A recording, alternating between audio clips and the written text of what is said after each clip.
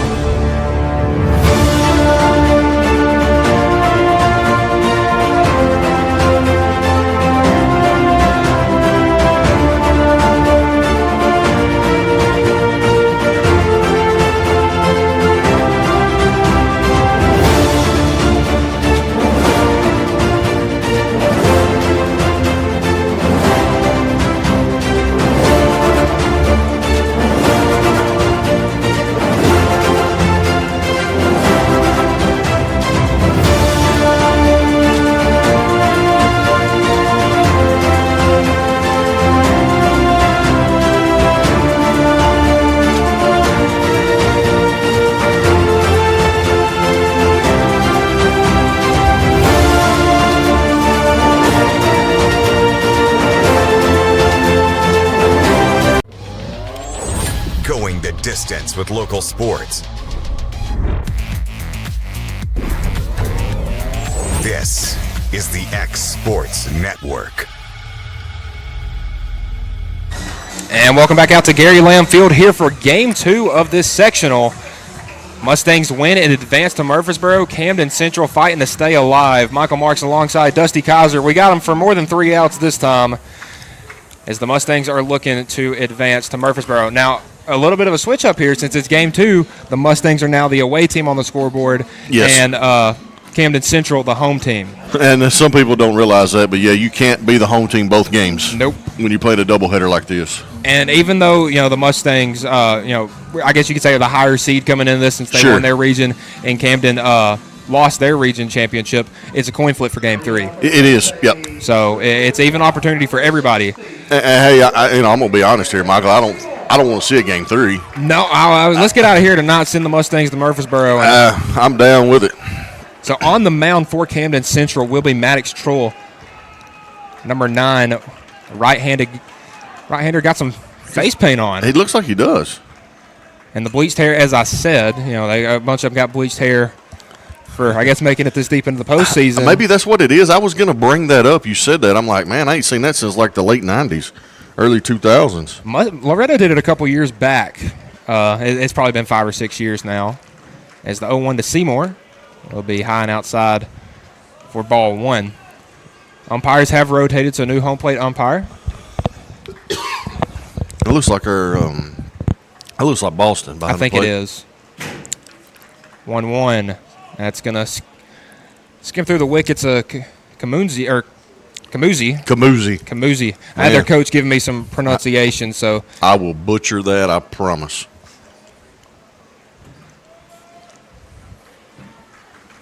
I got to say his name enough last game. I think I've gotten that one down. Now, the left fielder is another story. I think I've said his name differently every single time. What? I ain't even, man. 3-1 is the count to Seymour. I think their coach said Ladrence.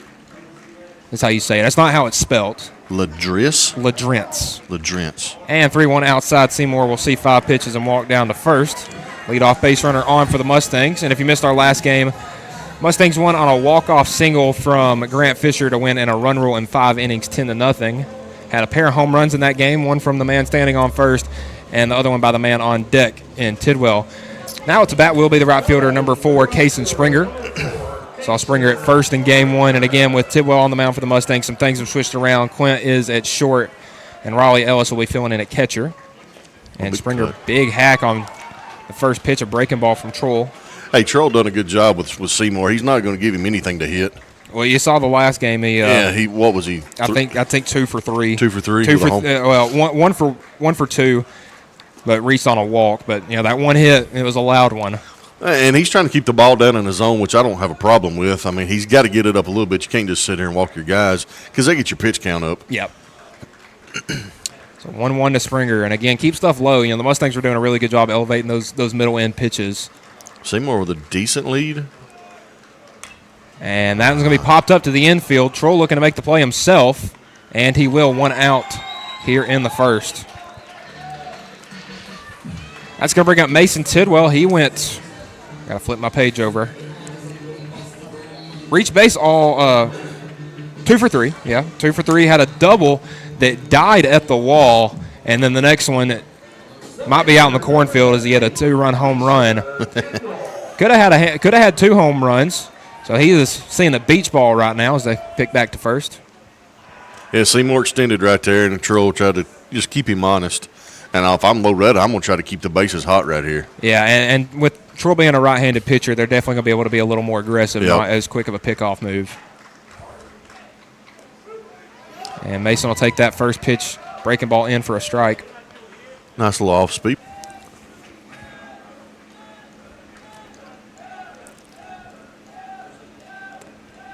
Seymour takes off, and Mason, he might have another one. It's gone. Are you kidding me? That's Mason Tidwell, home run number 2 of the day, and the Mustangs allowed 2-0 start to this one.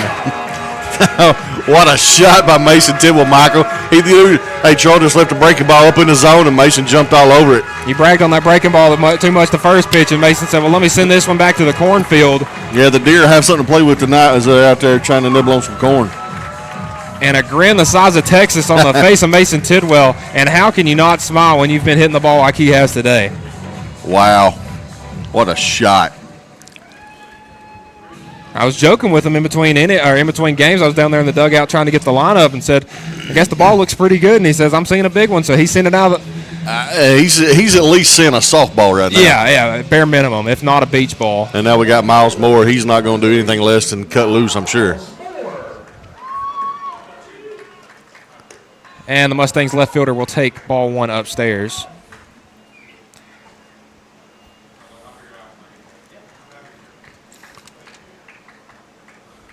Miles went 1 for 2 in game 1, had a sack bunt RBI. Is he big hack there on the 1-0? He knows he just missed that one. And the RBI single and a run scored.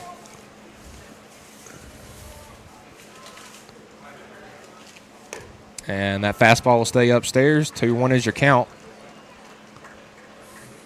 I mean, Troll don't want to lose these balls up in the zone. Well, it kind of seemed that as soon as Seymour hit that home run that the wheels kind of fell off the bus for Camden Central as that pitch breaking ball in there for a strike. The wheels kind of fell off the bus, and you don't want to see it happen this early. No, I mean, he's got to settle in right here. I mean, he's got – I'll tell you, that curveball looks pretty good. It does. He's located it well early. That 2-2 is in Miles' batter box. It will get by Camusi back into the backstop. 3-2 is your count. So with 1 out and nobody on, Miles Moore looking to get another walk.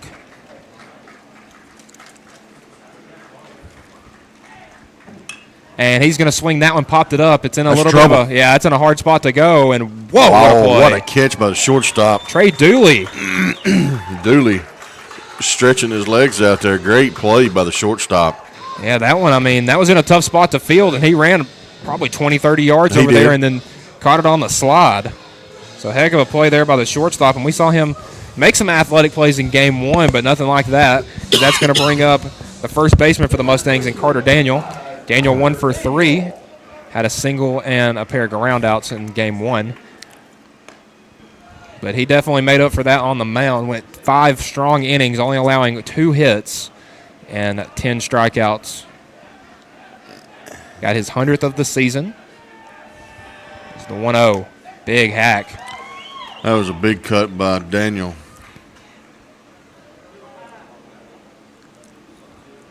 The count's even at 1. 2 outs here in the top of the first. I'll have to get used to switching that up. Carter's going to send that one out in the right center field. Center fielder making the play. Yep. That was Gage Johnson. So Mason Tidwell allowed 2 home run as the Mustangs lead this one 2-0. We'll be back for the bottom half of the inning here on the X Sports Network. Do you ever worry about having too much in the garage? What about where you're going to put the mower or your ATV? Or better yet, your mother-in-law? Look no further than Quality Storage Buildings located right next door to Flat Rock Cheese and More on the Minor Hill Highway in Pulaski, Tennessee. There you'll find the answer to your need in a compact or spacious metal building. Built by hand right at Flat Rock by some of the finest craftsmen around, there's a perfect building for everyone, including economy, utility, cabin, lofted or garage models, and even an animal shelter line. Buy or rent to own, see the different models at Flat Rock or on North Main Street in Ardmore and Highway 43 South in Dunn. Call today 931-363-3603 or 931-201-2205.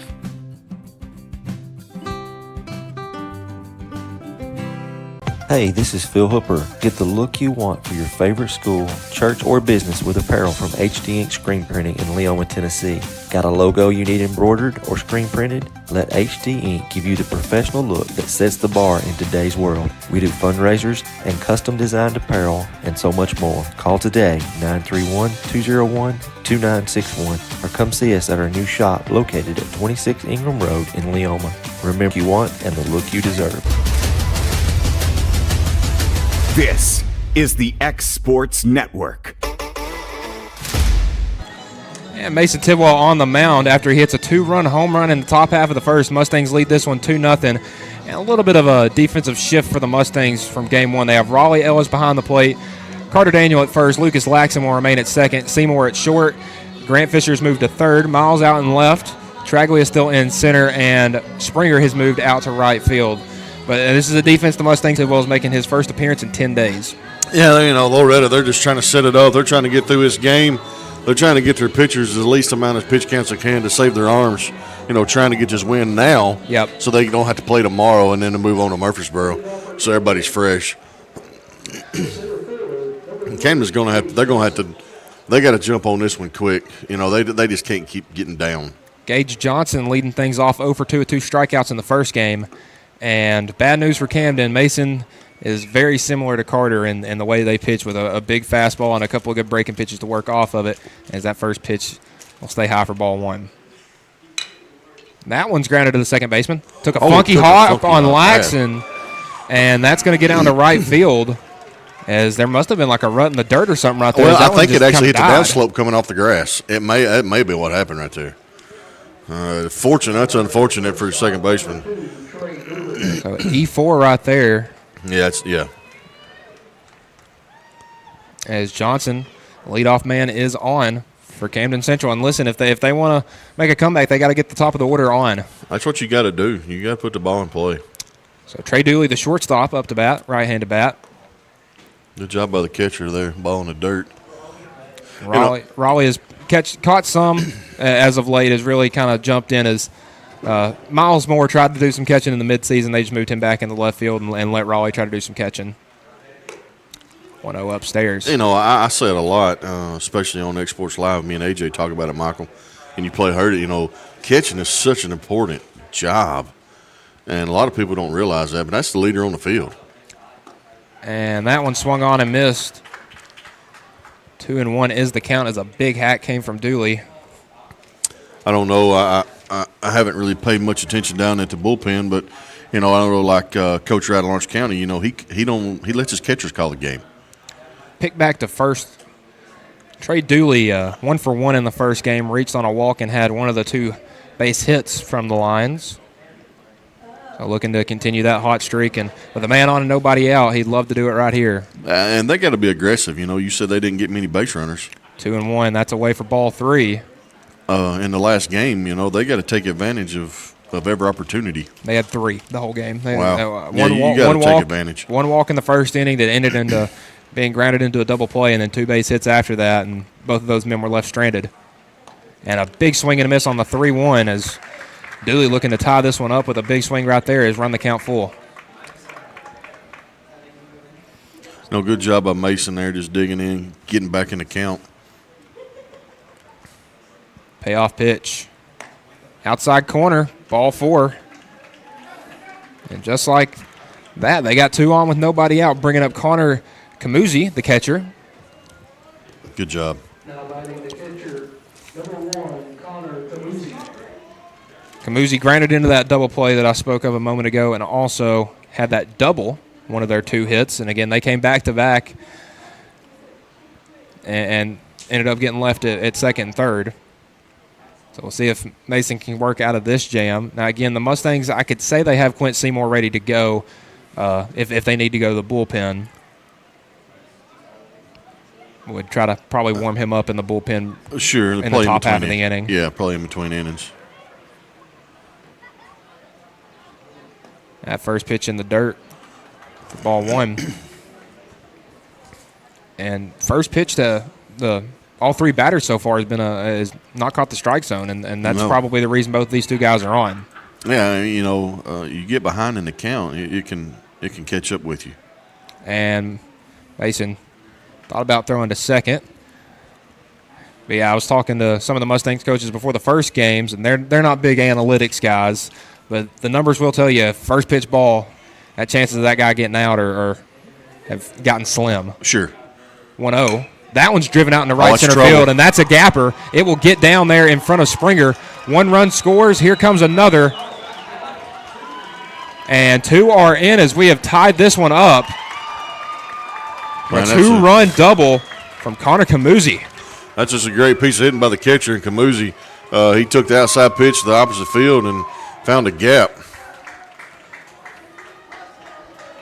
Looks like we're going to have a courtesy runner for the catcher, number 24, if you got the full roster there. That is Skylar Key.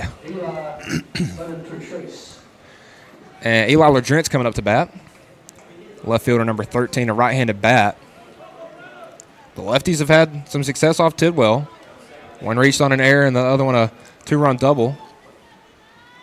And a big hack right there from LeDrent's. Batted in the 5-hole last game. But 2 balls in play, had a fly out to the center or left field and a ground out. And a big hack on the first pitch. That one's in the dirt for ball 1. And Mason having a little trouble with his control, and he is. And now that he gets behind in counts, he's having to leave some pitches over the plate, and Camden's made him pay so far. Yeah, right. The 1-1, outside ball 2. Yeah, he's struggling to hit the zone. And again, it's been a week and a half since he's pitched. That's probably got something to do with it. Right. You like to stay in a rhythm if you're a pitcher, and not pitching in so long, it's probably gotten him a little bit in a jam now. And it's different pitching in a game. 2-1 just misses. And compared to the first game, this strike zone's a little tight. I wasn't here for the first game. I seen the last 3 pitches pretty much. I have called several games with the umpires here, and I will say that outside pitch has been there all year. But now, from where I'm at, it looks like Mason may be missing a little too much outside. 3-2 is your count after the LeDrent's fouled that one off into the backstop. So a big payoff pitch for Tidwell, as there's still no outs here in the bottom of the first.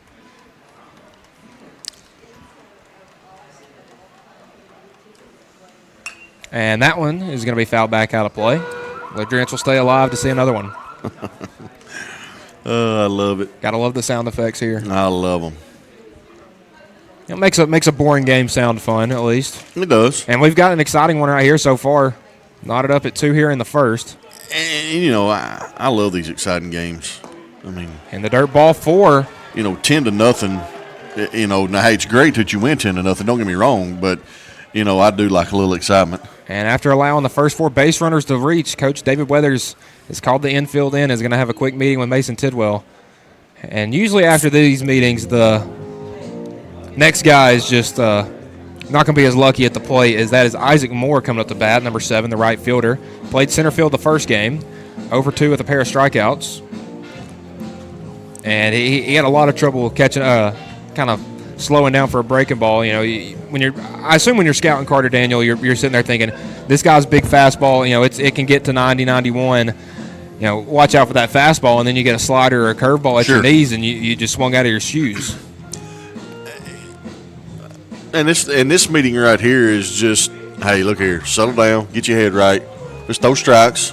Just fill the strike zone up, let your defense make a play. And that's pretty what David's telling him.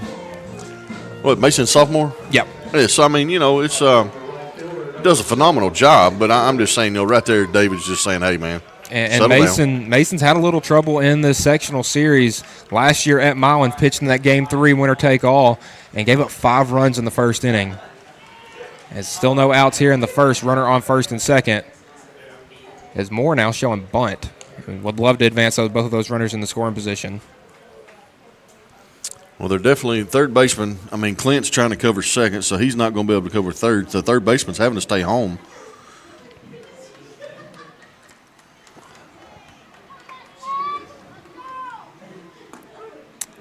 That pitch fastball in there for a strike.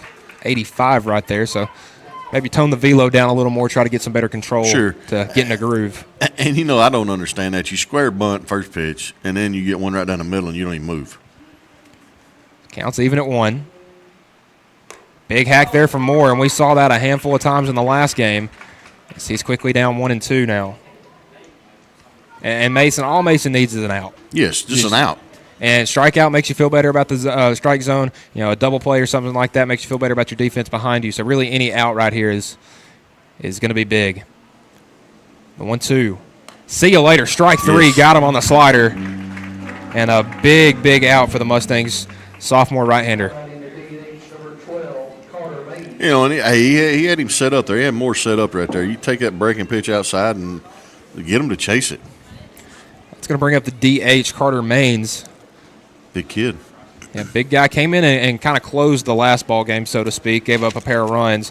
At the plate, went 0 for 2, a strikeout, and a pop out to the shortstop. It's actually a pretty good play over there at short as he's taking a big hack on the first pitch. Loretto's got a little activity going in the bullpen, Michael. Not sure if I can. Number 23. That is Dylan Thompson, another sophomore righty. A pretty good fastball on him as well. 0-1. That's high and inside.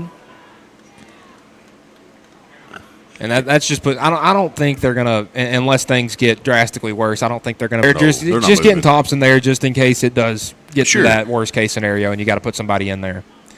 1-1. That's right down the middle for strike 2. And after Maine's taking a big hack on the first pitch up at his eyes, to watch one go right down the belt, it's kind of hard. See, Mason needs to strike him out right here. Then you got 2 outs. You get a little bit of confidence back. Runners on first and second, 1-2. That one's fouled back on a Little League field behind the Mustangs dugout. On deck for Camden will be their second baseman, number 5, C.J. Baker. Baker 0 for 2 with a pair of strikeouts. I believe both of them were looking, too. One looking, one swinging. 1-2 is still the count. And see you later. An ugly swing from Maines as Mason set him down on the breaking ball. That's nasty. That's a nasty breaking pitch, Michael. Oh, man. He was out on his front foot, and it was too late. Pitches from both breaking pitches from both Daniel and Tidwell that kind of just, you're like, wow. Hey, he handcuffed that old boy. He didn't have nothing to do but just swing and try not to fall down. Yeah, buckled him up and sent him back to the dugout. Shaking his head is C.J. Baxter. He's back up to bat. There again, 0 for 2 in the first game. Went down looking the first time, went down swinging the second time. Again, Camden only went through the lineup twice. Everybody except the 9-hole got 2 at-bats. Again, they only played 5 innings, so it wasn't like they had a lot of opportunity to do so. And a back pick towards second. Good job by Seymour saving that one from getting into center field. Tidwell a little high on the pickoff. And right here, I'm just trying to get this batter. Again, the runner at second, Skylar Key, pinch running for the catcher, Connor Kamunzi. Kamunzi hit that 2-run double to knot this one up as Mason goes on the outside corner first pitch. Pardon, the 1-0. Outside ball 2. And there again, Michael, he's back at 2-0 count. You know, that just his pitch counts. I quit keeping count with my pitches when we get to talking, and there you go. That one right back down the middle for strike 1.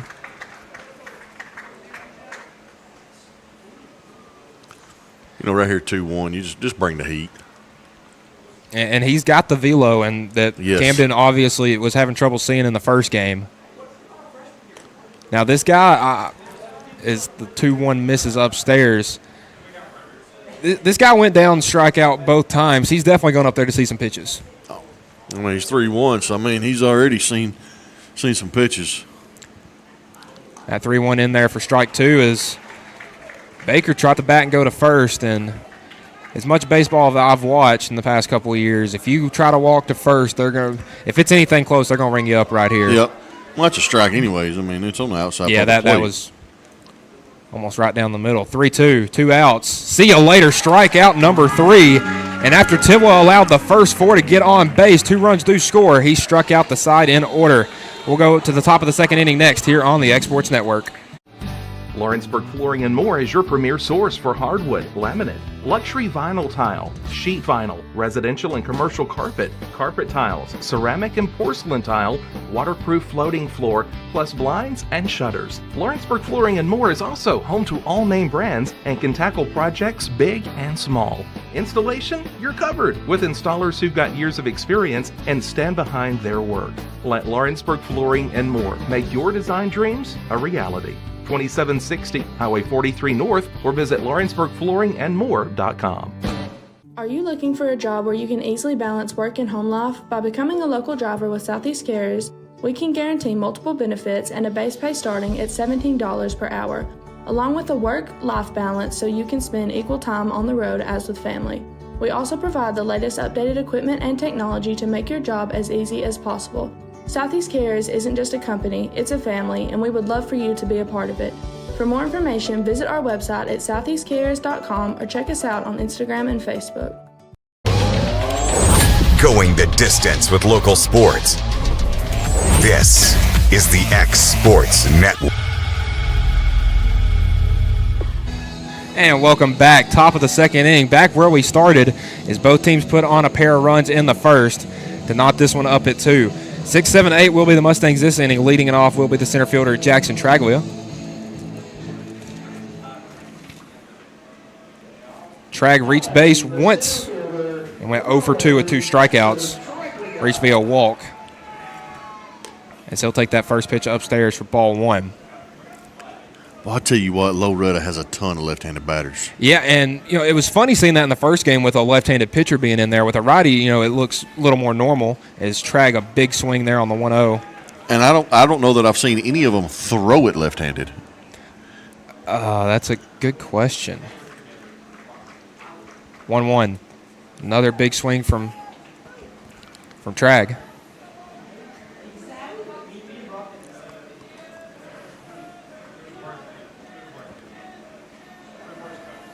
And that one hit a mile high out to right field. Moore under it, and he will make the catch. So allowed out there for Traglia. So he sent one deep to right field, but either way, it is still an out. That's going to bring up the DH, Jaden Aaron. Jaden went 1 for 3 in the last game, I believe. Let me pull that back up. One. Well, technically 0 for 2. Reached on a walk. Flew out twice. Had a big region tournament in 5 plate appearances, 5 hits, and almost double-digit RBIs. And so he'll take the first pitch upstairs.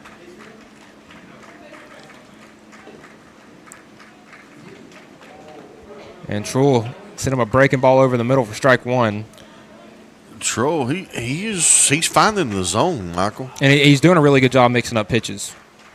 1-1. That one swung high and foul out of play.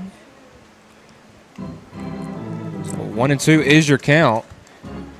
And again, the Mustangs, the 6 through 9, first time through the order, were not very successful. But once they started seeing Johnson, who's now in center field for game 2, once they saw him a second or third time, they started seeing him up a lot better.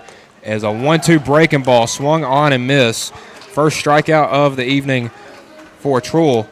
And now 2 down quickly as Lucas Laxon comes to the plate. Laxon had a big game 1. Walked his first time up, a double, and an RBI single after that. So reached base all 3 times. And another one of those guys you could say seeing a beach ball right now, and he looks to start a 2-out rally for the Mustangs. Loretto right now, they just need to get a base runner on in here in the top of the second. And that's so hard to say top of the second when we're at Loretto. Yeah. The 0-1. That one's going to be skied out to deep right center field. Moore coming in on it. Wind blowing it around a little bit, but he will bring it in for the third out. 3 up, 3 down for Troll as we'll go to the bottom of the second here on the Exports Network.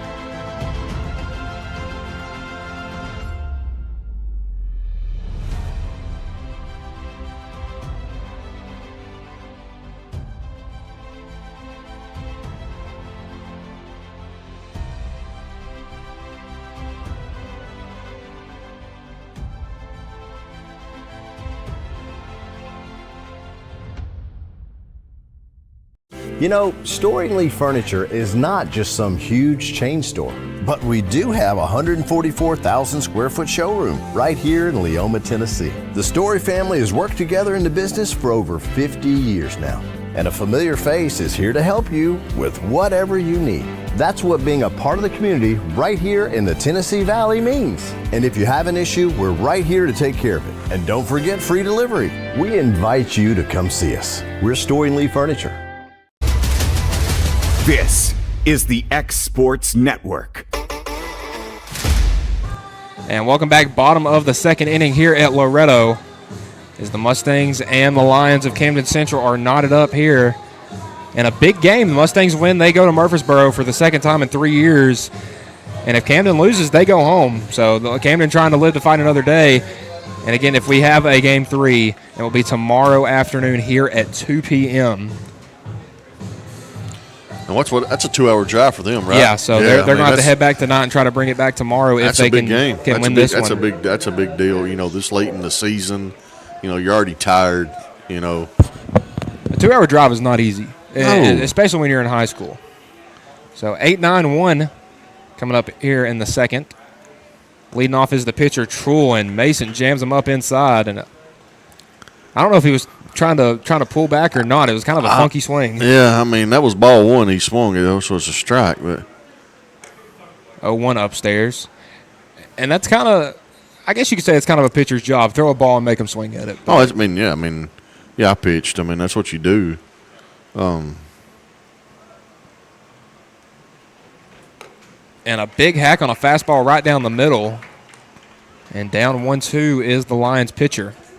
Again, Truel didn't play in game 1 and has come out on the mound and has done pretty well so far. Got it at 1-2-3 inning in the second. And sees 4 pitches and goes down swinging. Strikeout number 4 for Tidwell. As it seems he has kind of found his groove, Dusty, and is really pounding the strike zone. Yeah, I knew Mason's going to settle in. He just get through that first inning. He had you ups and downs right there. You know, give up a big hit and score 2 runs, but hey, now you just got to get up and throw strikes, rely on your defense. Yeah, you strike them out, you strike them out. And batting ninth, third baseman number 11, Aiden Pierce, takes a big hack on that first pitch fastball. Well, that sun is brutal. Yeah, on our over there first baseman and second baseman and right fielder. So that's something to keep an eye on until the sun goes down. You know, Carter, a pretty sure glove at first. And Caps has been really good for Camden Central, but with that sun in your eyes, you know, if something gets hit to the second or third baseman, or even the shortstop, it's going to be a tough play to make. Oh, sure it is. And even a routine ground ball. You're holding your mitt up and hoping your glove and hoping that they hit it. 1-2 for Tidwell. See you later. Strikeout number 5 on the night. As he makes easy work of Pierce, and that brings back up the top of the lineup. Gage Johnson reached on an error and scored. So, I think a big confidence boost for this defense, get him out. Yes. You know, if you start seeing these guys the second time, if they got on the first time, get them out this time. Absolutely. And Johnson, he hit a hard hit ball to second base. Like you said, took a funky hop. I don't know if he hit the grass, the dirt right there, and it just played up in lax, and he just kind of handcuffed him. Tidwell coming with the 0-1. Big hack, pitch. swing and a miss on the breaking ball right there. Just bringing the heat. Yeah, give him the heater. Give him the heater, Ricky. I'm glad you got that reference. 0-2. That one's outside. That was nowhere near Did the not heater. give him the heater. That was just a bit outside. And we're full of Major League references. Man, the greatest baseball movie of all time. If AJ's listening on his way home, he's probably laughing and saying, "Attaboy." And the 1-2 from Tidwell jammed him up, hit to Fisher at third, throw over to first. Seems like those sunglasses are working just fine for Carter. Yep, he didn't even flinch. As a 1-2-3 inning for Mason dispenses the Lions in the bottom of the second. Mustangs will come back to bat in the top half of the inning. You're watching Mustangs baseball here on the X Sports Network. Hood Company Real Estate is highlighting the beautiful home located at 786 Hillview Drive in Lawrenceburg as this week's property of the week. This spacious 4-bedroom, 4-bath brick residence sits on a picture-perfect 3+ acre lot and features an attached, extra-large 2-car garage. This is a solid, including a new HVAC system and tankless hot water heater, plus the price has recently been reduced. For more on this and many other homes, check out hoodcompanyhome.com or phone 931-762-5816. Truett's Garage Doors in Leoma, Tennessee is your one-stop for new garage door installations for all commercial and residential buildings, plus they offer full service on all existing doors. Need a new garage door opener? Truett's Garage Doors has you covered. As an Amar Gold and LiftMaster dealer, Truett's Garage Doors offers the best pricing anywhere in the area. A family-owned and operated business, Truett's Garage Doors has been helping Tennessee and Alabama residents since 1999. Call the pros today at Truett's Garage Doors, 931-201-6464. This is the X Sports Network. And welcome back to Gary Lamb Field here for the top of the third inning. Mustangs will send 9-1-2 to the plate as Truell comes out for his third inning of work. And Dusty, after a little bit of a shaky first inning, giving up a home run, he has looked comfortable since then. He has. He settled in. He did not let that phase him at all. And, that's tough. He didn't play in the first game, so he's coming straight off the bench into a game. I mean, and didn't get rattled at all. First pitch swinging on a breaking ball was Fisher, and just in case you missed it the first time, you get to see it again as he is quickly down 0-2. Fisher had a pretty good game, had a pair of sack bunts and an RBI single. That was that hit that ended up walking the game off. 1-2 is the count as the 0-2 misses upstairs. And listen, I think both teams are just fighting to get somebody on base. Yeah, that's what I was just fixing to say. We're just looking for a base runner at this point. And it will not come with Fisher as he goes down swinging. Oh, he threw it out in left field. That's not the first time he's done that. He did that with a run. He did that with a runner on second in game one. And the third baseman was trying to play a little cutesy little hop as he caught it and it missed him. It wasn't the catcher's fault. That's going to bring up your leadoff batter, Quint Seymour. Walked and scored a run in the first inning, but other than him and Mason, Mustangs are going to need some help. He's just looking to get on base. He drew a walk. And again, Clint hit his home run in the first game. And same thing he did last year in game one against Milan in the sectional. So he's a big game one home run hitter. See if he can back it up in game two. Absolutely he is. Big stick anywhere. 1-0 as he rips that one into right field, a base hit. That's what you're looking for right there. Just hit it hard in the hole. And the Mustangs get their leadoff batter, top of the order, leadoff batter this inning was Fisher. But Seymour on with a single, and that's going to bring up Kason Springer. Springer 0 for 1 in this game. Hit a pop-up to the pitcher, I believe on the first pitch. So if you can get him to see a couple pitches, he definitely can do damage. He takes the first pitch in the dirt for ball one. Again, Springer, one of those guys, he reached all three times, scored a trio of runs, a walk, a single, and a triple. So he's looking to keep that bat hot. A quick pick to first. Ooh, that was almost in the dirt, though. That's what Camden don't want. They don't want to throw it in the dirt, and just give Seymour second base. But honestly, if I'm Camden, I love Caps over there at first. Seymour's taking off right there. A good throw strong throw from the catcher. Strong throw. And it was not on target as Trey Dooley had to come across the bag to get it as Seymour is in there safely at second. If that was on line, he could have been out. Yeah. I was talking to Clint. He swiped a bag in the last game. He's like, this dude's got a good arm. It's just if he can locate it. Yeah, a little wild. 2-0 here to Springer. And that one is going to just be, I believe they say that was up and outside. Was that up and out? Wow. It was one of the two, if not both. So 3-0 is the count. Looked like a strap, but that was a good pitch. And Mustangs are going to take any break they can get. Absolutely. Especially knotted up like this because they kind of got their backs to the wall right now. As the 3-0 is swung on, foul back into the catcher. Because it's funny, the Mustangs won game one, but it kind of feel like their backs are against the wall and Camden has nothing to lose. Exactly. I mean, it's kind of like the roles are reversed. It's funny. Camden's playing all out, so, I mean, they're going to leave it all out on the field right here. Well, your guys kind of got that mantra, I'm not going to go home regretting something. And they've showed that in this game as Springer kills that one. That may be the hardest hit ball we've seen today, but it's going to go about 50 yards foul. That stayed up on the berm back there. Sit back on that one, and they definitely have to fish that one out of the cornfield. And listen, he's got a big bat. He's hit a couple of home runs. Mustangs have, compared to last year when they had guys like Caden Porter, have not had a really big home run hitter. As the 3-2 is going to get away. Seymour's going to take third. And the 3-2, Springer kind of toying with the catcher as he's took a big round at first, but he is in there with a walk. So runners on the corners with one out. As Barry Bonds is coming up to the plate, Mason Tidwell. Oh, man, it was a shot he hit in the first inning. Man, was it ever. I don't think it's landed yet. He hit a home run in the first game, went 2 for 3. And that other hit was probably a foot away from a home run. So he's hitting the ball well, and he's hitting it hard. He's dialed in. And now he's got 2 ducks on the pond. I don't see anything less than a hard hit ball.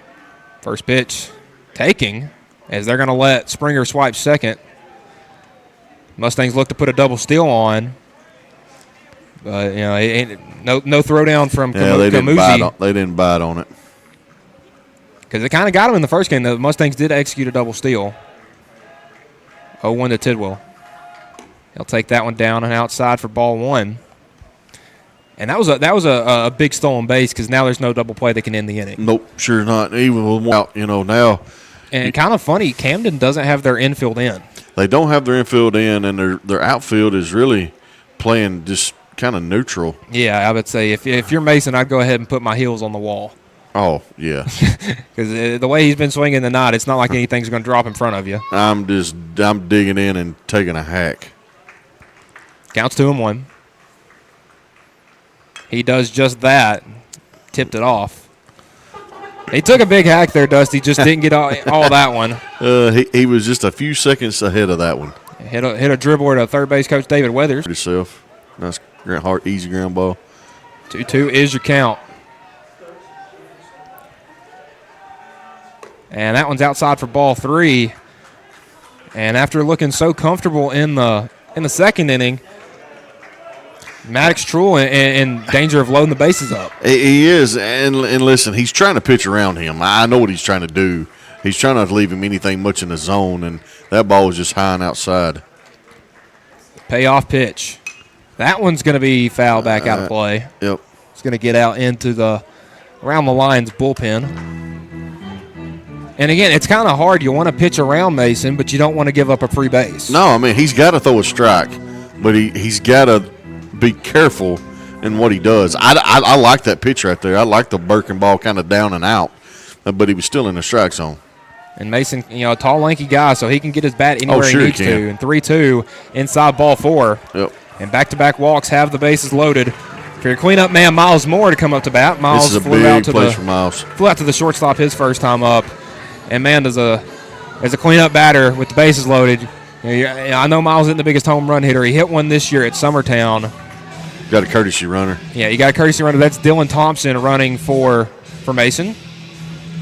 And, again, Mason a good athlete, but I guess you don't want to get him hurt on the base pass with your guy on the mound. No, he's pitching. Now they're bringing their infield in with one out. And now this could be an easy double play. As the first pitch to Miles on the outside corner for strike one. Well, I don't know about easy double play. I mean, you can come to home. You're coming home for sure, Yeah. but, I may just say easy because the Mustangs had one like this that looked easy last Saturday against Summertown. And ball hit right back at the pitcher, throw home, and then a throw down the first. Right. In my mind, I'm expecting Miles to really jump on one here. Lift something. Yeah, now they're backing up to double play depth, but you still got your corners. 0-2. Upstairs for ball one. His first baseman, Michael, he's coming in 3 feet. Yeah, his on toes the are release. His toes are on the infield grass. I get it's 2 strikes, but watch him as he finishes. He's on up in there. I saw that right there. It's 2 strikes. So I don't know if you're thinking Miles will bunt. We've seen Miles do that before, not as much this year. He's not bunting with 2 strikes. No, I've seen crazier, but I have too. But they're not in this bunting. situation. They're not. I would. Oh, he's not bunting. 2-2. And that ball is swung, and it's going to be a fly ball to left field. Let's see if the left fielder can make a play on it. No, it will drop foul. I feel like Seymour there at third is kind of wanting him to catch it and test his arm out. That way he would have been catching that's that a on the smart run. play by the left fielder, not trying to reach out and try to make that play with 1 out. Because if he does, and Seymour does, he tags easy because Moore out there in left field is going to run into the fence. 2-2. Upstairs with the breaking ball. And I just realized that I have my left fielder and right fielder backwards on my lineup card. I have Ledrence in left field and Moore in right, but that's Moore in left and Ledrence in right. Well, I thought it was Moore in left. Yeah, and I said it, and I thought, man, ain't who he said. A payoff pitch. Here we go. A ball would bring in a run. 3-2. Miles going to hit a ground ball at the first baseman. He'll tag first, going to second, not in time. So an RBI in a little bit of a funny way is a 3 unassisted ground out right there. But Miles will bring in Seymour, and the Mustangs back on top 3-2. Hey, that's a great piece of hitting by Miles. It ball Hit it coming hard. down, hit it hard. Seymour scores, and hey, great play by the first baseman with Caps. Yeah, great play over there by Caps, and he almost got Thompson at second. He almost did. That was heads up. I thought he was going to maybe try to turn and throw home. I did too, but he fooled me. He went straight to second, so that's going to bring up Carter Daniel. Carter hit a liner out in the center field to end the first inning. If Camden gets out of this with just giving up 1 run, You got to be happy. man, what are you talking about? Yeah, 2 runners in scoring position with 2 outs. Carter Daniel had a great game pitching earlier, and would love to amplify that with a big hit right here. 1-0. Breaking ball. Good pitch. It's belt high, but I guess it broke a little late as it crossed the plate. That's the only thing I can think of. It looked like a good pitch. So 2-0 is your count. The Mustangs' first baseman. He's swinging on that one and fouls it back into the net. The Mustangs really need a big hit right here. They need a huge hit. That would open their eyes. Yeah, scores 2 runs. Get the momentum. 2-1 to Daniel. That one in the dirt ball 3. Because like you said, Camden don't have anything to lose. They're playing with everything they got, and it's like Loretto's kind of playing, It's like, let's just win this one. Mm-hmm. If you play with your food too much, it tends to come back and bite you. No, you got to keep playing. 3-1. Daniel swinging, hits that to third. Good play over there by the third baseman. Throw over to first in time. And the Mustangs ran 2 in the top of the third, but they do get 1 run as they lead this one 3-2. We'll be back for the bottom half of the inning here on the X Sports Network. Efficiency, reliability, accuracy. Move forward with your real estate sale or purchase with Title and Escrow of Lawrence County, the most experienced closing team around. Working with clients locally and throughout the state, we offer a wide range of services, including the expertise of an on-staff attorney, backed by our more than 49 years experience in titles and closings. We get the job done on time at a fair price and ensure every last detail is correct. Our goal is to give you peace of mind. When you work with us, you work with people who live where you do. We understand the importance of the real estate community and strive to build strong relationships with all parties involved in the process. Whether you're buying a home, selling a business, acquiring land, or anything in between, you're in good hands with Title and Escrow of Lawrence County. Put the most experienced closing team on your side. Contact Title and Escrow of Lawrence County today.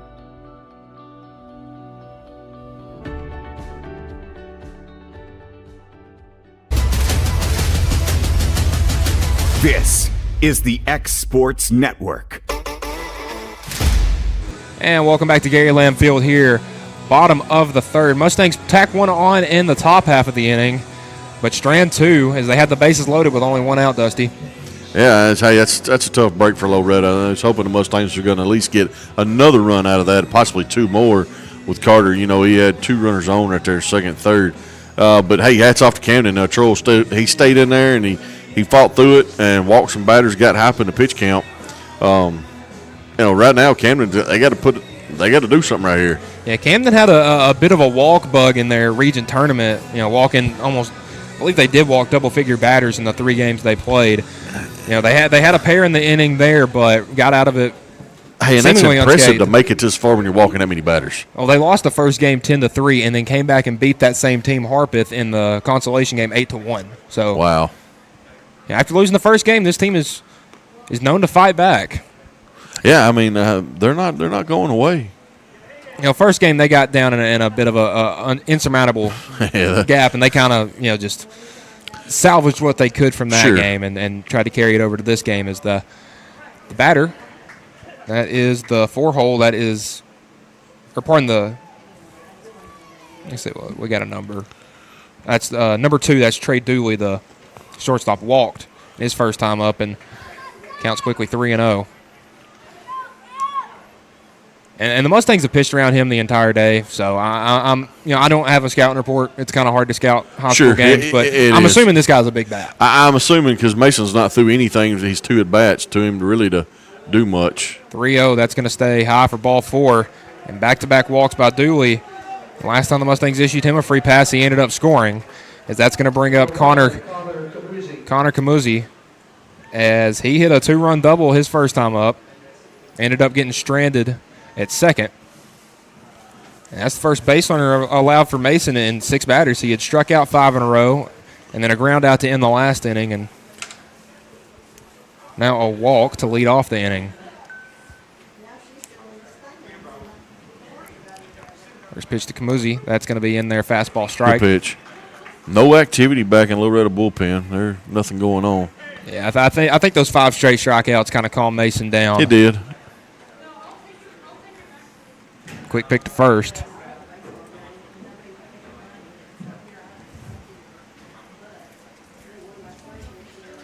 Get 1 on, nobody out. Loretto leads 3-2 with a trip to Murfreesboro on the line. And Mason, that pitch is drilled right field. Springer out there, and that's gone. Oh, a home run. Wow. And Connor Camuzzi, a 2-run home run. And just like that, Camden Central back on top. He just took that to the deepest part of the field, opposite field. And Dusty, he's come up 2 times and has 4 RBIs, a home run and a double. Big arm catcher's getting it done at the plate, Michael. Yeah, I mean. Doing the dirty work behind the plate. Now he's doing some dirty work at the plate. And, man, the whole team coming out to congratulate him. Yeah, they put a chain on him. Oh, yeah, I see that now. They got a little swag chain going. Yeah. Big hit by the catcher. And LaDruce coming back up to bat. He is walked in his first AB. And now the Mustangs are trailing for the first time in this tournament.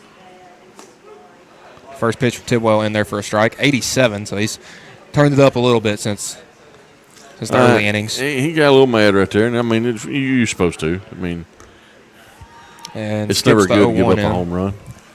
Yeah, and that one was crushed. Yeah, I mean, left-handed batter just sent it right. Right-handed batter. Oh, yeah, it was a right-handed batter. Sent it opposite field to the deepest part. And that one's popped up back out of play.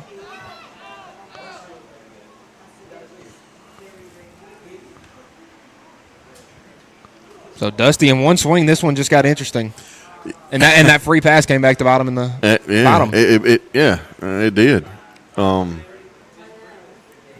Like I said, they're not going away. You gotta You got to keep playing ball. Well, got him with the breaking ball, Good froze pitch. him up. Man, that was a nasty curveball. Backwards K right there on Ladrince as Mason gets the first out of the inning. And that's kind of just what happened in the first inning. You know, gives up 2 runs with no outs and then kind of turned things up. Sure. That's going to bring up Isaac Moore. Moore struck out swinging his first time up. Was the first of 5 consecutive lines to strike out. And again, you know, talking to some of the coaches before the game, you know, the top 3 in their batting order, they're some dudes. Oh, when I was talking to Loretto coach in between games, that's what he told me. He's like, you know, hey, because I didn't get to see, you know, the first game, and so that one missed somewhere outside. I guess just off the plate. It wasn't low, but that's what Loretto's coach would tell me. You know, their first 3 batters are big sticks, and it's showing right here. The 1-0 big swing and a miss right there from Moore, who has just had a tough time at the plate today. That's actually 2 balls and 1 strike. Oh, yeah. That first, they were late on the board there. Okay, 2-1. That first pitch was up and in. And 3-1. You know, I'm going to critique something. Mason didn't even fall off the mound right there. He was standing straight up. He's not even falling over. And mechanics, you know, those little things, they make a big deal. Yes, they do. Little things make a big deal in pitching. 3-1. There you go. Swing and a miss on the fastball right there. And he's got 2 former Major League pitchers in his dugout, so they'll definitely try to clean that up. Yeah, and he was just reaching back, trying to get a little extra right there is all it is. And Moore's going to foul the 3-2 off. Again, Moore 0 for 1, struck out his first time, went 0 for 2 in the first game with a pair of strikeouts. So he's just looking to put the ball in play. Oh, he sure is. He's just trying to make contact, and Mason's trying to strike him out. Payoff pitch. Man, had some wicked movement on it, but Ooh, man, Moore holds up. That thing was wicked, but I mean, so a walk to Moore. He's got a runner on first with 1 out, bringing up Carter Maines. Maines the DH today in both games. Struck out his first time, and I believe he went 0 for 2 in the previous game. a little activity back up in Loretto bullpen, same number 23. Yeah, they're sending Thompson back in there just in case. I think they're just trying to keep him fresh, just keep his arm kind of hot. And you kind of feel bad for Thompson because he may go back there and warm up for 6 innings and not get to go in. But yeah, but he's not hurting himself down there. He's just throwing. Yeah, because I mean he's only pinch running in this game was in right field game 1, but yeah, he's picked back to first, safe. That was Moore. And another thing, a little thing is Moore on first really likes to run on the first pitch. So he didn't right there. He's got a good lead, but he does have a good lead. Pick back to first. And again, I would assume Camden will be a little more aggressive on the base pass with Seymour at short, not behind the plate. Exactly. I mean, especially the way they're playing. I mean, you got a pretty good gap right there at shortstop because Seymour's kind of edging towards second. Another big lead by Moore. He's taking off 1-0 in there for a strike. Throw down to second. Close play. It was actually a pretty good throw from Ellis, just a bit tardy. Good job by Seymour knocking that ball down. That ball goes to center field. He's at third base. So runner in scoring position with good speed is Moore. Count is 1-1, though, to Carter Maines. Yeah, Maines right here. He's just looking to barrel one up, Michael. He's had a tough time doing so today, but, as we've seen from this game, anything can happen. Sure. 1-1 high. And that was kind of, Carter's little bug in the first game is he was leaving a bunch of pitches upstairs, and Mason really hadn't seemed to get much of a groove. No, Mason's kind of been all over the place with his fastball. Man, hey, and it happens. 2-1. That one looks better. Good pitch. 84 right there on the fastball, evens the count up at 2. 1 out, runner on second. And the second baseman, C.J. Baker, on deck.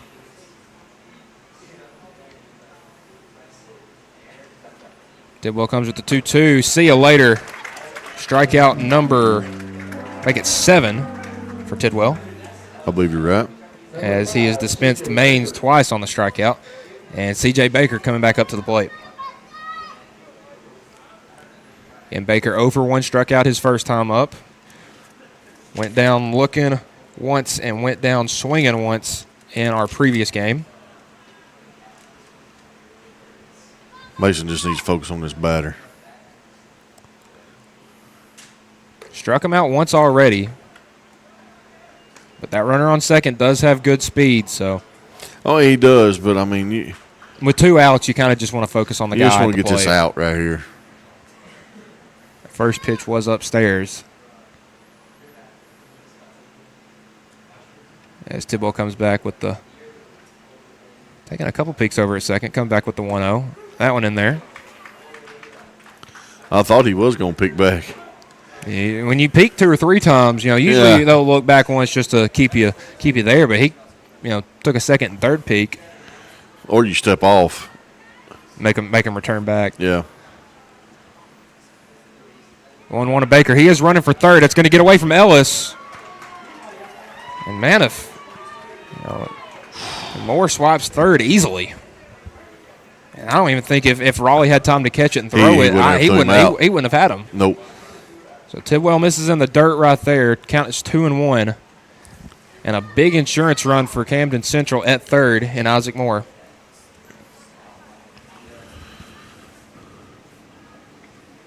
And it's like we're watching 2 completely different teams from the first game. Is swing and miss on strike 2.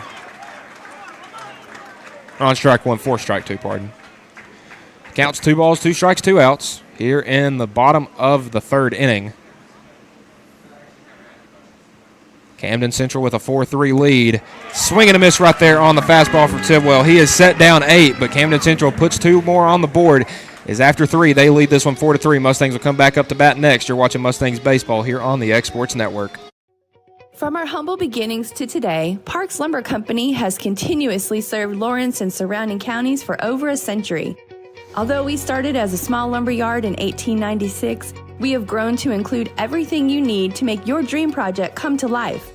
No matter your building needs, our experienced staff will be with you every step of the way to ensure you receive the highest customer service and attention to detail you deserve. Visit us at 106 2nd Street or on Facebook. We guarantee you will see working with PLC is as easy as 1, 2, 3.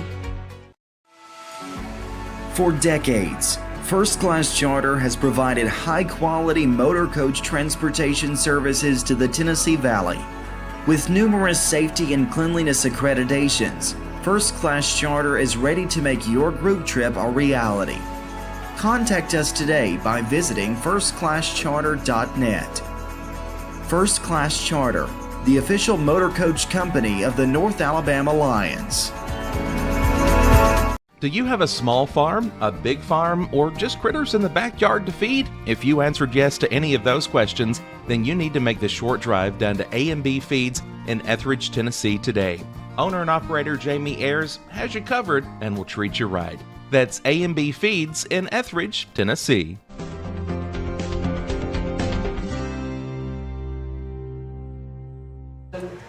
And welcome back. Top of the 4th inning, Mustangs in their first deficit of this 3-game series versus Camden, as Camuzzi will go up there and have a quick word with Truhl before this inning starts.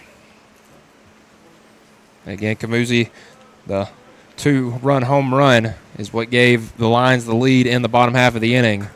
But still plenty more baseball, Dusty. A lot of things can happen. Yeah, it's definitely. I mean, we're just in the top of the 4th. 6, 7, 8 coming up to bat for the Mustangs. They went 0 for 3 their first time through the order. 2 flyouts and a strikeout. Traglia 0 for 1 flew out his first time up. Truhl outside with the first pitch. And it's kind of funny. The Mustangs with their pitching staff is real overpowering with their velocity. Camden Central is not there, but they have given the Mustangs fits. Yeah, I mean, he's just this Troll kid, he's just smooth. And he misses a lot low, but he comes straight over the top, too, so he's throwing downhill. Mid-70s with his fastball as Traglia is up 2-0 early in the count.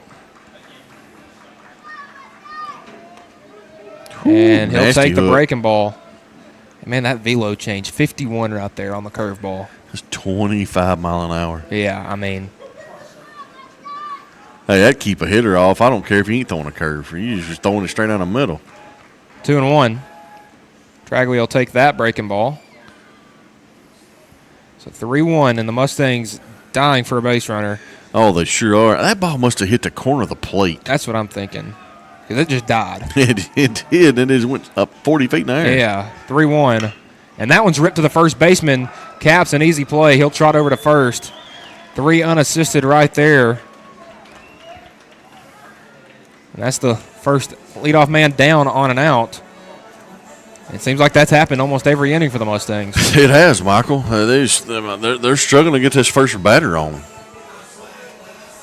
That's going to bring up Jaden Aaron. Struck out swinging on a high curveball his last time up. See if I can check on the pitch count right here. Stroll around 66 as Aaron hits a ground ball to shortstop, and he fumbled it. You know, sometimes, Dusty, those smooth players play a little too smooth, and that ball. Yeah, boy, he'd like to have that one back. Yeah, because that's one of those plays that's made 99 times, but that was that 1 out of 100. Yeah, that's an E on the shortstop. Yeah, E6 right there, but it gets a base runner on as Lucas Laxon comes back up to bat. He flew out to right field his first time up. Had a big game in game 1. Would love to continue that as. Oh, man. A little pick back boy, right Caps there. just saved Camusi. Yeah, saved him from, I'm not sure if Jaden would have made it to third, but he definitely would have made it 90 feet. Oh, for sure, because the right fielder's playing way back. Laxon showed bunt. Pick back to first. And that one was in the dirt, too. His couple pickoff attempts have been real low, man, and he is in danger of skipping one right here. And you don't want to do that if you're Camden. And plenty of foul territory here at Loretto. Sure it is. You don't want to give them nothing. Counts 0-1. That one skips away, and it's going to get away from Camusi. And either way, he's getting 90 feet right there as Jaden Aaron swipes second on the pass ball. I don't know if you call that one passed or wild. It kind of just went right through his legs right there. I mean, I'm going to call that on the catcher, man. You're supposed to get your knees down. That's one thing I've noticed about Camusi. He's not playing the hockey position once the ball's in the dirt. No, he stays in that squatted position the whole time. Counts 1-1. Runner in scoring position for the Mustangs. And Laxon's going to take a breaking ball right down the middle. You got to swing a bat right there. Mustangs, in a game where they were swinging at a bunch of the breaking balls last game, they're sitting there watching them this game. Pitch 70 from Truel coming up, and foul ball. Yeah, foul ball. Hit him on the. Looked like Laxon kind of stuck his hand out there to get it. I know, but I think he actually hit the butt of hit the handle. And he's lucky because I don't know if the rules like this in it is. It's a foul ball. School, well, no, I'm in high school. I know in college, if you stick your an arm out there to get hit, I think you're out. I think you may be right. So I don't know what the rule is in high school, but Laxon lucky the butt hit it right there as the knob of the bat hit it as he fouls that one back in the net. Count remains 1-2.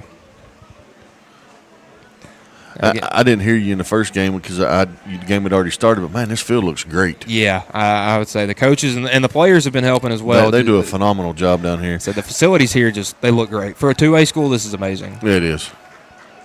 Counts 1-2, one out, runner on second. And he's going to hit one into shallow left field. And what a play by the left fielder. Wow, what a catch by Isaac Moore in left field, folks. He went down Superman style to get that one. What a catch. And if he misses that one, that's a run scored. And this game's tied back up. That's play a triple. Because that's going to get by him into the wall, and he is down. I don't think it would have been hard to get back up, but what a play right there. Man, that's play of the night right there. That's Sports Center. So Grant Fisher coming back up. He struck out his first time up, and the Mustangs would hate to leave a runner in scoring position again. They've left – this would be the third batter. Left two. Well, and they only got one out of bases loaded. Yeah. And that gave them the third run. Left two on in the last inning. Yes. So they're starting to get some guys on. Just they need some hits. Mm-hmm. They're getting on errors and walks and stuff like that. They need a hit. Yep. They have not been able to hit this pitcher at all. It's Truel's pitch will be low for ball two. I was waiting for him to call strike. Gosh. Man, if I'm the coach for Camden, I'd be mad as well. I'm coming out. And step off. And that was a balk. Aaron will trot 90 feet down the third. And that's the second balk of the night, and the pitcher is not happy as the coach is coming out to have a word with one of our infield umpires.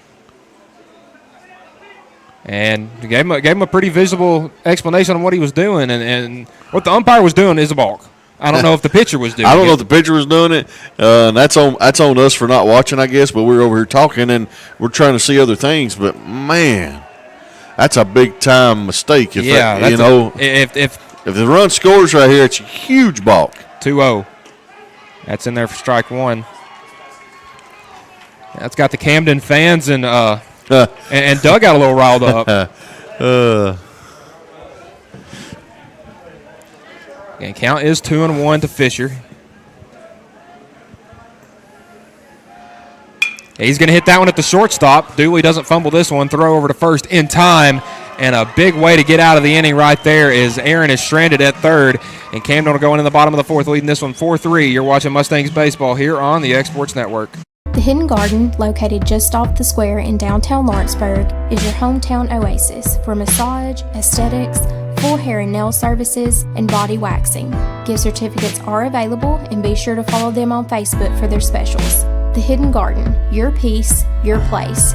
222 Pulaski Street, Lawrenceburg, Tennessee, or phone 931-762-9799. Don't just find a job, find a career with Resource MFG. The team at Resource MFG in Lawrenceburg has the resources and experience to find you a full or part-time position right away. Now recruiting for open positions in Lawrence, Giles, and Murray counties. Whether you're entering the workforce for the first time or looking to take your career to the next level, let your journey begin with Resource MFG. Located at 300 Ellingson Street in Lawrenceburg. Phone 931-570-2111 to jumpstart your career today.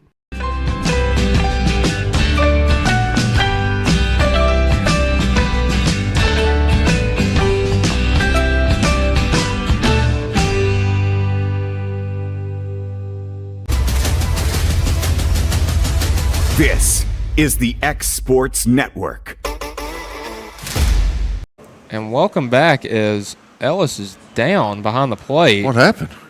I missed that. We were coming back from break. He hops back up. I think he took one in. Yeah, I think the short hopped in the. I think he got a cup check right there. Right in it. Yeah, right where the sun don't shine. And Blake Barnett comes out, Mustangs trainer, along with head coach Zach Curtis, and Mason Tidwell comes down to check on him. Yeah.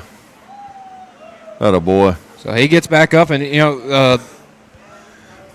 Kamuzi got a little banged up in game one. Took I don't know if it was a foul tip or what. Took one around the neck area, and he stayed in, and that paid off in this game. As he's 2 for 2 with 4 RBIs, and a big reason that Camden is playing as well as they are. So Mason's still getting some warm-up pitches in. And there's the throw down. So stepping in, it will be 8-9-1 this inning, Maddox Truhl.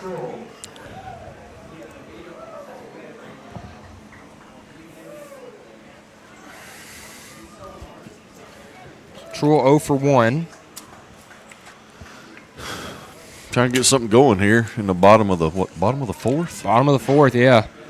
So we're at the midway point of this game as Mason Tidwell comes back first pitch fastball. Struck out his last 2 he's faced. He has 8 on the night. And another big swing and miss right there. So, Mason's velo isn't what Carter's was in game one, but he's getting the strikeouts. And Mason's done a good job. I mean, through 3 innings, he has 8 and make it 9 through 3 and a third.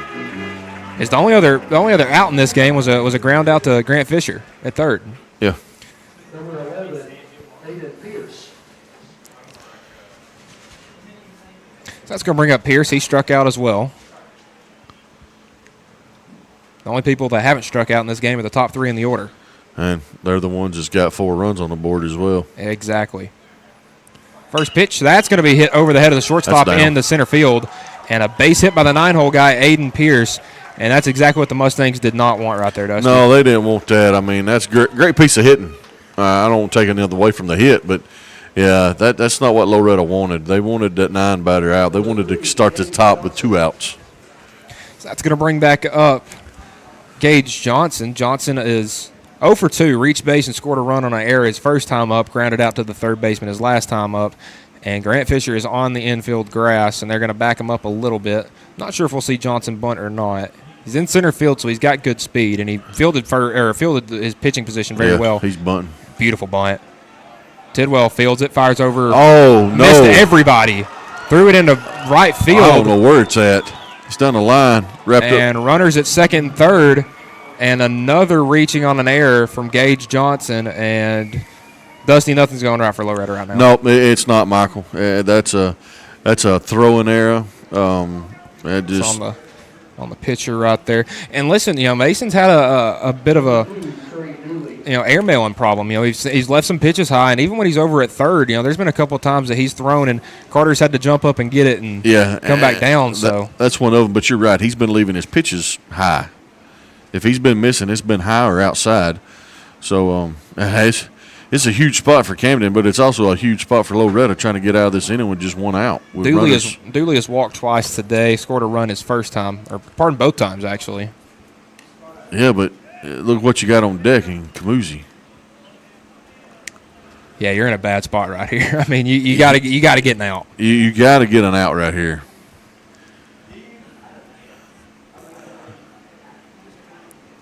It's 1-0, and a ground ball to third base. Fisher fields, throws over to first, and a good job right there with that ball being hit towards third. Grant kept the runner at bay at third. And a throwing out. It's only the second ground out of the game.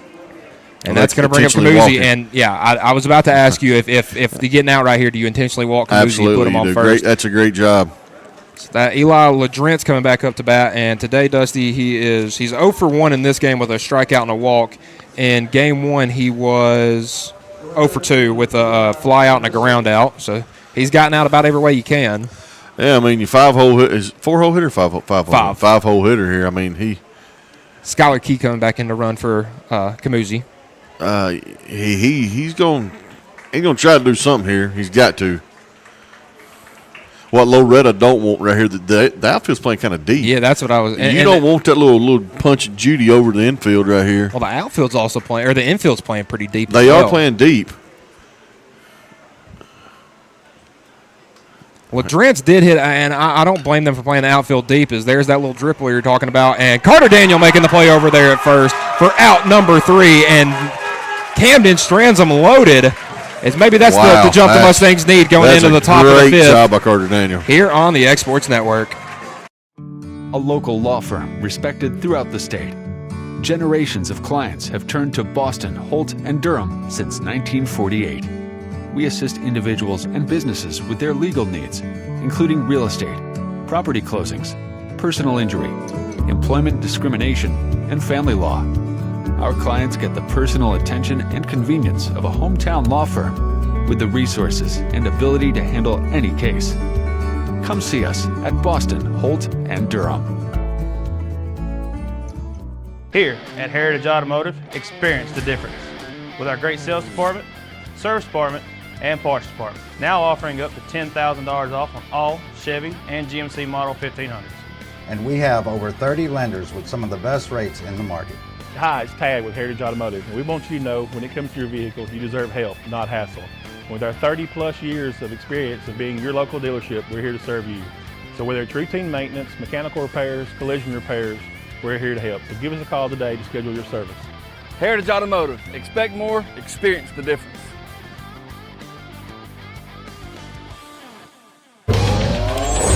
Going the distance with local sports.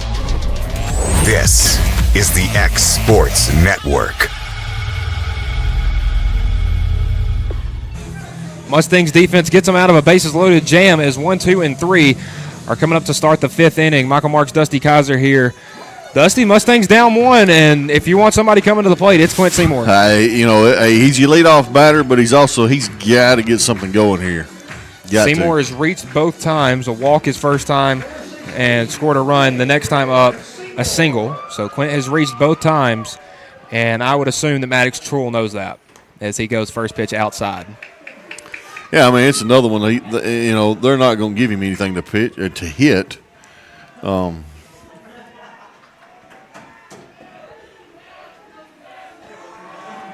to Seymour, stay upstairs. And again, Truell's not blowing you away with his velocity. He's sitting 72 to 74 right now. It's not blow you away speed, but it's getting the Mustangs out. Yeah, but that off speed is just nasty, Michael. Yeah, it's hard to catch up to. And Seymour's driving that one deep to center field. We'll see if the center fielder can make a play. Johnson camps under it. He caught wow, that. What a play. What a catch. Kind of just threw his glove out there for the out. Ooh, what a catch. What a catch is right. He kind of just flung his glove over there where he thought the ball he was just going to kind of like, okay, it's right here. Yeah, you're right at that dusk time where it's hard to see the ball, and he just turned around and started running and then flung his glove out there and made the catch for the first out. So that's going to bring up Kason Springer. Springer 0 for 1, flew out his first time up, walked the next time. And this is the part of the lineup, Dusty, where the Mustangs loaded the bases last time, and if they want to load them back up, they're going to need some big hits. This is where it's at. Springer had a big game 1, and so he'll take that pitch in there to even the count up at 1 ball, 1 strike. You know, the sun's down now, so it's hard for people to see, but you're talking about a beautiful sight sitting here where we're at, looking out across the field. And Springer almost hits first base coach Jacob Laws with a liner right there. Come on, Jacob, you're supposed to catch that. He spent some time at first base in his days with the Mustangs. I mean, hey, he's a banker now. It ain't gonna hurt too bad.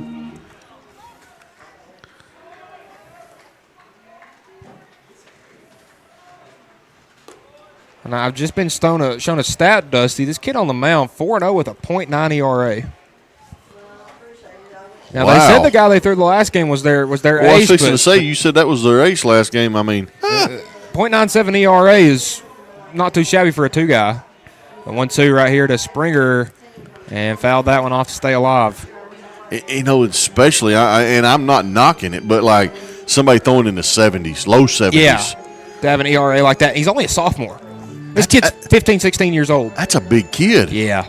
And they have some big kids, like Camusi behind the plate's pretty big. Their DH Maines is a big guy, too. And the 1-2 to Springer rips that one. That's a fair ball down the line. That's going to roll all the way to the wall, and Springer's going for extra bases. Let's see if they round him. They're going to hold him up at second. So he gets his first hit of the ball game, and the Mustangs have the tying run in scoring position with Mason Tidwell coming up. A 2-run home run to start this game off. Walked his next time up. And, man, would they love a 2-run homer right now. Boy, they sure would, and so would he. And let's see they're just going to walk him. Hey, and it's funny. We're at a point now where there's a guy on each team that are getting intentionally walked because they're hitting the ball so dang good. Yeah, I don't. I've seen it. I've seen, there's one guy, like there's a moment in college baseball a couple years back. Adley Rushman got walked with the bases loaded because you could not pitch to him. No. I have never seen, the Mustangs, they faced a guy at Milan last year that was their first baseman. You threw to him in the first game. He hit a home run. Now, Mustangs won that game. They intentionally walked him the rest of the series because he had like 12 or 13 home runs on the year. Miles Moore coming up to bat with runners on first and second. I'm not down in either coach right there walking either one of them batters. Yeah, at this point, Camusi and Tidwell, you just got to send them first because they're going to hurt you a lot less on the base pass, most likely, than they would with their bat. 0-1 to Moore. He's going to hit one in the right center field gap. That's going Mustangs are going to tie the game. Mason Tidwell coming to third. It got between his legs. It's going back to the wall. Mason Tidwell and the Mustangs got the lead just like that, Dusty. Oh, wow. What a big hit by Miles Moore. Stepped up. Big-time hit for the senior. And the Mustangs back on top, 5-4. And now you can say it. Now intention to walk somebody in front of me and give me a chance. Attaboy, Miles. Way to step up. And, Dusty, I know you're an Alabama guy, but I'm going to take this back. The SEC Championship of 2022, that loaded Tennessee team. They walked Jordan Beck. Yep. Florida did, to get to Drew Gilbert. And Drew Gilbert had hit awful during the SEC tournament. Terrible. But that dude had a big bat, and he came up and hit a bases-clearing double and looked at Florida's coach and said, yeah, walk to me. Walk to me, yeah. And, hey, Miles Moore just stepped up when Loretto needed it the biggest hit of the game right there. Yeah, and talk about needing it. You needed it, and you got it. At the worst, that was at the best time for Loretto. Worst time for Camden. Let's catch back up. Carter Daniel at the plate. He'll take that 1-0. And, I like to say when Miles get a big hit, I like it, I love it. I want some more of it. And he's standing on third with 1 out. Like I said, big hit for the senior. Man, that's a huge spot. Now you got Carter Daniel who's looking to add to it. And funny enough, I don't think there's two people that are any more different than Miles Moore and Drew Gilbert. And Carter's going to swing at the 2-0 and foul it back. So let me update my scorecard here. And by scorecard, I mean a piece of notebook paper, but same thing. And Mustangs manager show will give me a hard time about that. He tries to hand me an actual scorecard every game, and I'm just going to write it down on a piece of paper. It's easier. Last year I used a book. 2-1, and Carter's going to hit one over the second baseman's head. That's another run. That one's going to scoot to the right fielder. Carter is going to hold up at first. So back-to-back hits, and the Mustangs have a 2-run lead. Hey, that's what you do. Another big hit for the senior. And, man, have the tides ever turned more. Boy, it sure has. There comes the coach out. Probably going to make a pitching change. I don't know. Man, Troll's count's got to be getting up around 80. Yeah, I think 80 was the pitch to Moore. I'll see right now. Actually, Springer saw pitch number 80, so he's probably close to 90 now. That pitch to Daniel, the hit, that was 91. So, that .97 ERA, I think we kind of jinxed the kid. I feel bad for him. Yeah, we probably talked about him too much, but 4-0 with a .97 ERA, but listen, that's what we do, man. We're calling Loretto baseball, and we're not trying to take anything away from Camden, but we're calling Loretto baseball. Listen, I haven't been more impressed in the team than I have of Camden right now. Hey, right now, because man, they came back. Well, they lost first game 10-0. They got run ruled in 5. Yeah, that was all Loretto, and they came back out and they punched back. Yeah, I mean they got punched in the mouth. They were in the corner and they got a good gut shot. Hey, this game ain't over. No, we still got a lot of baseball left. It's just 6-4. Yeah, and it's still the 5th inning. We got plenty of outs. But, yes, they took a shot in the first game. Let's see if they can bounce back from it here in the second game. It's called adversity, Michael. And they're fighting. So Trag coming back up. We He's got a over courtesy 2. runner going to be number 8. Let me flip my Loretto scorecard over. Number 8, that is Lane Dixon. I'm going to get a little shout out to Lane Dixon. That is that's my uncle's son. Me and AJ was on the call here the very first game of the season, Loretto, Lawrence County, and Lane took a shot to the face from a foul, a check swing from Seymour in the dugout. So hats off to Lane, And Dusty, you're talking about all these left-handed batters. You don't know if any of them throw left. I do know Lane is a lefty. Yes, I do know he's a lefty. Left-handed pitcher. We saw him throw a couple innings last year. I don't believe he's had as many opportunities this year. So Traglia stepping in with 1 out and a runner on first. Has a 1-0 count. And he swings on that one, and Truell's really jamming him up inside with these first 2 pitches. He is. Hey, he's not back down. He's still up there giving it all he's got. And like I said, Camden ain't out of it. They got 1 out. They need to get an out right here. I mean, they need to find a way, either that or throw, ground ball turn 2. Their middle infield's at a little bit of a weird spot for a double play. As Traglia shows bunt, it's going to get away. Dixon heading for second, and that ball just got sailed in the right field. Dixon's coming to third. Weathers was waving him home, but he's going to hold him up at third. And, Dusty, we talked about it. Camusi's got a cannon back there, but he don't have a scope on it. And he just airmailed that one into right field, and that's the second time he's thrown one into the outfield, allowing a runner to take 180 feet instead of just 90. Exactly. I think Coach is coming out thinking that was a foul ball. Well, Traglia showed bunt, pulled back. It bounced. I think that's where the coach is getting at. Did it hit the bat? Did it hit the bat and bounce down? Home plate umpire. He's not saying it did, so Dixon will stay at third. And now with 1 out, you got to run at third. There's no double play ball in play, and that was huge you got to come as the infield comes in. You got to come in right here. Counts 2-1 to Traglia. He shows bunt. They threw at him, and oh no, Dixon's got caught in a rundown. Yep. And he is tagged out, and boy, we've had some momentum shifts this inning. Man, it's been up and down. Is that 2-2 now? Is that what he's showing, 2-2 as a count? It should just be 2-1. It was 1-1 coming into this. But okay.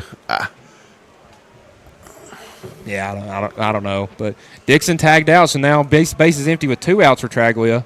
And that kind of changes the look of your at-bat, as he'll take strike 2. That was a ball. No. I guess that was inside.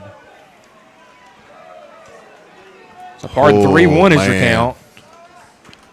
That's tough. Yeah. Hey, I'm sitting up here calling a game with you, Mike. That's tough. Yeah. That one's tough.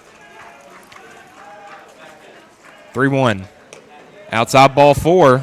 And Traglia will trot down to his first base appearance. First time getting on base. And that's going to bring up Jaden Aaron. Jaden batting 7th tonight, 0 for 2. Reached on an error his last time up. Hit that little dribbler that Dooley fumbled it short. Struck out his first time. It's got a little coach up from Coach Curtis here. Let's see what they do. And a little score update. Boston beat Miami, so Boston's heading to Cleveland, so Boston's heading to the conference finals. You talk about some NBA during the break. Yeah. So who would have thunk it? And Jaden's going to foul that one back.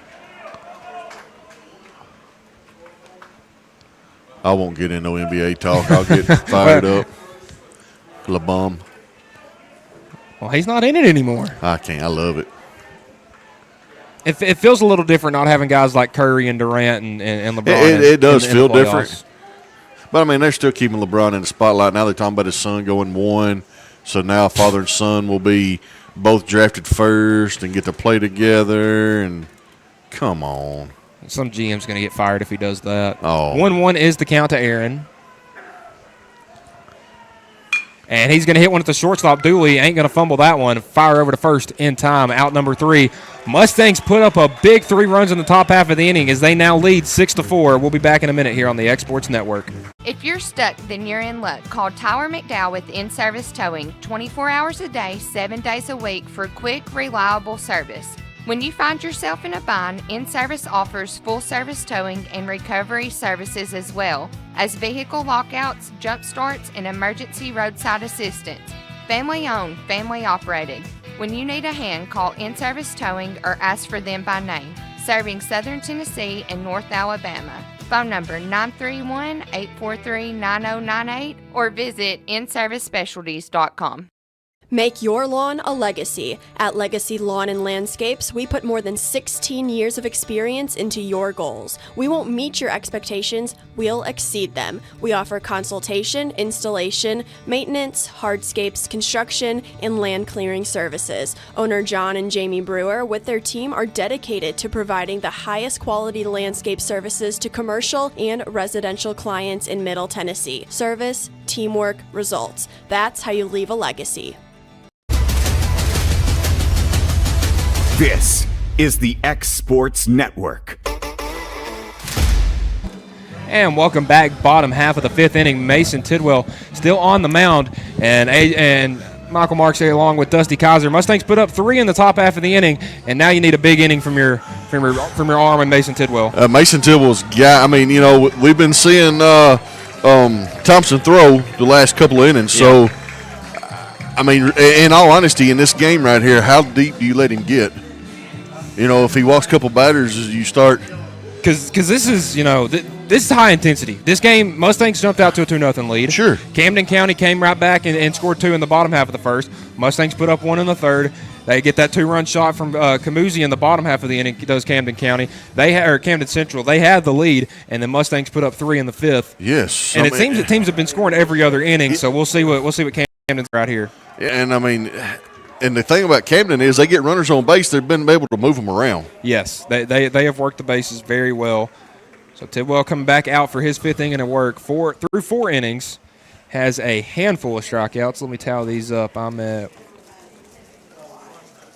9. 9 through 4. And that pitch right there, surprisingly enough, only pitched 80. Oh, what and Moore's going to wear that one.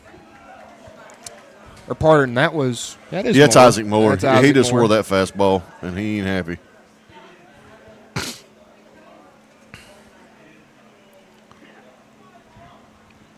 So that's going to bring up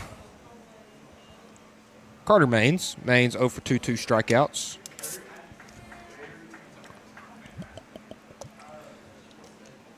So that's the first hit by pitch we've seen in either game. And that's surprising for me because every game I've called, I've seen like 3. You got a couple. So Maines is going to step up. 0 for 2 Ks, and would love to change that. Is we got to runner taking off in third, and that might be a hit and run. Oh, and Laxton, good job eating it up, but can't make a play. So you're going to get an infield single from your DH and 6-hole batter, Carter Maines. A good piece of hitting right there. Isaac had a great jump, Michael. Yeah. I mean, it was hit and run all the way, but he had a great. And listen, I told you that he likes to run on the first pitch, and I mean, I don't even think he even thought about looking at Mason. No, he didn't even check up. Got a courtesy runner coming in, number 24 for Camden. That's Skylar Key. I don't know We got some kind of change going though completely because now the coach is getting. He's coming out and having a. So what we got here, Coach Curtis is coming out as the Camden County third base coach. Pointed, may have just been like a. I'm not sure there because he just run through some signs. Are we fixing to see like a double steal bunt? Wouldn't surprise me.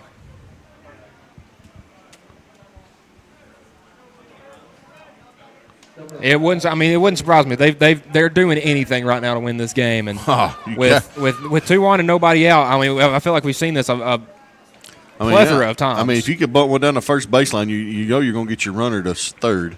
Moore's got plenty of speed. Yeah, he's squaring. So first pitch, Mason goes in the dirt, strike 1. So Daniel is charging in from that first base side, and Laxton will have to go cover first. Ooh. So this is going to get interesting. This at bat. This is that mind game right here. Yep. You know, what do you do with your third baseman? What do you do with your first baseman? Because depending on where you bunt, that changes everything. Sure. But Mason, a good athlete on the mound as well, so don't forget that. But the one time he's had a ball hit back to him, he sent it about 10 feet over Carter's head at first. So we'll see what we got. And Mason will step off. And it's kind of reset you see some kind of mind games from Seymour there. He kind of hurried back to second and flashing the leather, seeing if he can trying to get Moore to flinch. Yeah, and you get a flinch, you're good. I mean that's almost a pick off every time. Now Moore's got good speed, and they're running down the line. Throw. They're just going to let them both steal. Now, Ellis didn't have a throw, but strike 2, and with nobody out, they have 2 in scoring position.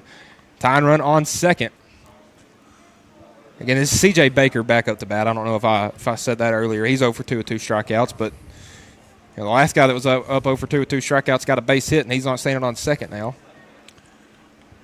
Now Loretta's got their corners in, going to try to protect this run.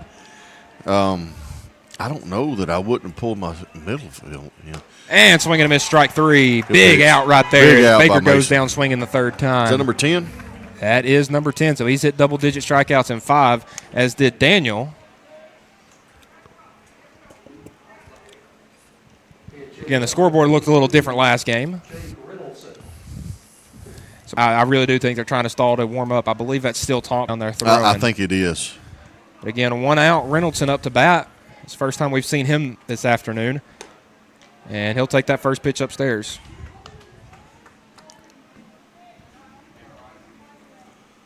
I think Coach Curtis is just trying to get through this batter. And, hey, I mean, something weird can happen. If Mason can get out of this inning. Yes, it's huge. As that one's down there for strike 1. And even just giving up 1. Just try to get out of this. Give up 1 right here. If you can get out of here with the lead, you're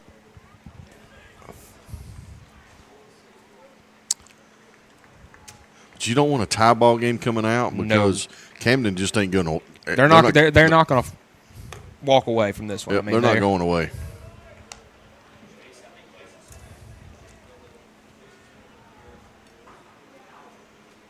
I noticed Ellis keeps grabbing at one of his knees. I don't know if he's got a knee bother him. He kind of stood up right there slow.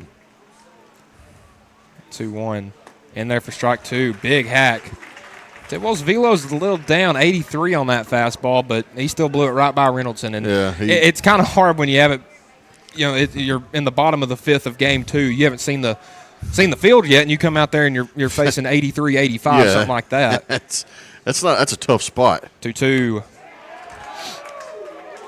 Wow, that one stayed upstairs. I mean, I thought it was a little high. I didn't know if we were going to ring them up or not. We've had a couple like that tonight. He just made 2 laps around the pitcher's mound.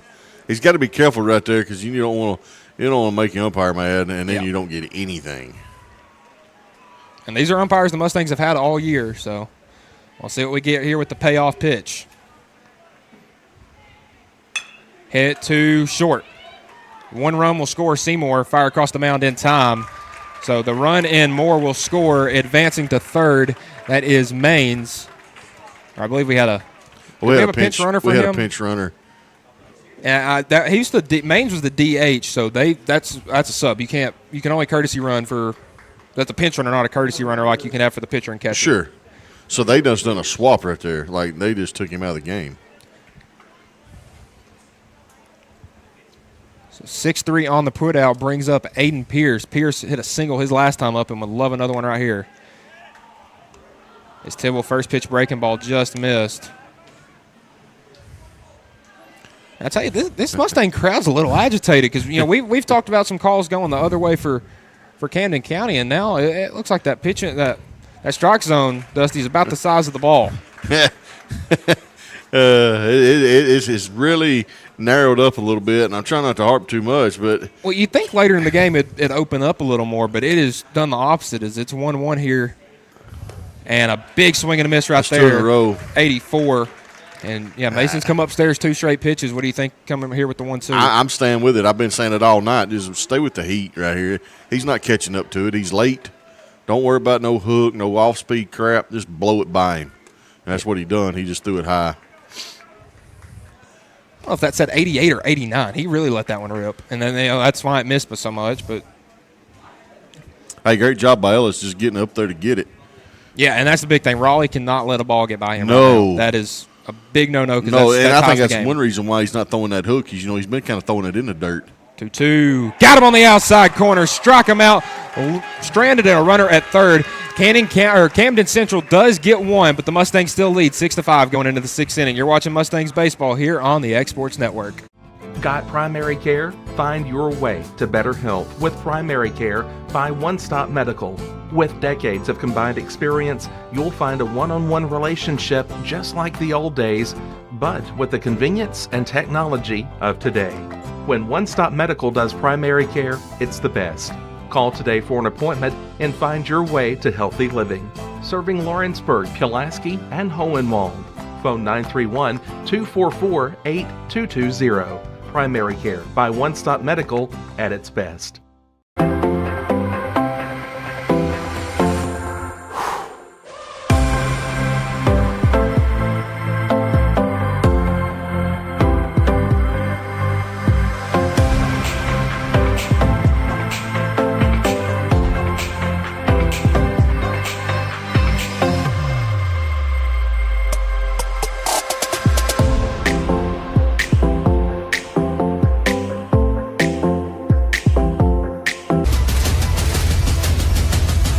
This is the X Sports Network.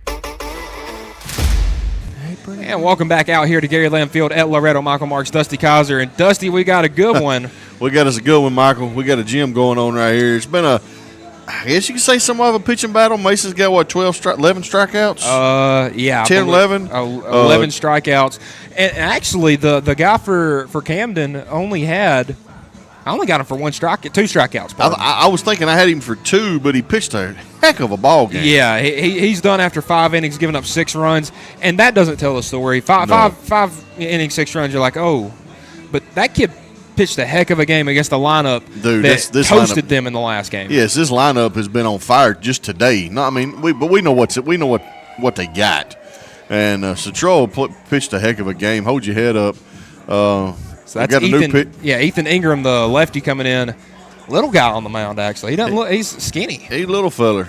And Mustangs will go 8-9-1. And listen, Mustangs are hitting lefties. They hit a lefty really well last game. Let's see if they can continue that over.